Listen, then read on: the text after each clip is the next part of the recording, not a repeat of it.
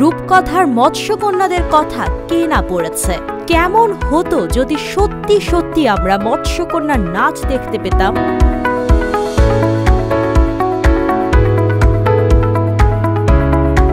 মৎস্যকন্যাদের দেখার ইচ্ছে আমাদের সবারই আছে। আপনি ভাবতে পারেন, পানিতে হেসে খেলে বেড়াচ্ছে একদল মৎস্যকন্যা, দেখাচ্ছে নানা খেলাও। তবে এই জলপরীরা কিন্তু রূপকথা থেকে উঠে আসেনি, বরং এসেছে চীন থেকে। সম্প্রতি চীনের সানিয়ায় হয়ে গেল আন্তর্জাতিক মারমেড প্রতিযোগিতা। সানিয়ার এক লেগুনে 2 দিন ব্যাপী চলে এই প্রতিযোগিতা। এতে অংশগ্রহণ করেছিল 60-এরও বেশি প্রতিযোগী। এতে ছিল ব্যাক ড্রাইভ, আনুভূমিক সাঁতার এবং সাইড স্ট্রোকের মতো বিভিন্ন খেলা।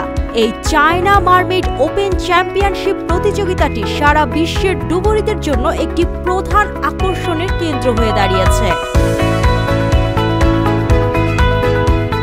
এমনকি 2021 সালে আটলান্টিস সানিয়ার পারফরমেন্স পৃথিবীর সবচেয়ে বড় আন্ডারওয়াটার মারমেড শো হিসেবে গিনেস ওয়ার্ল্ড রেকর্ডেও স্থান করে নিয়েছে।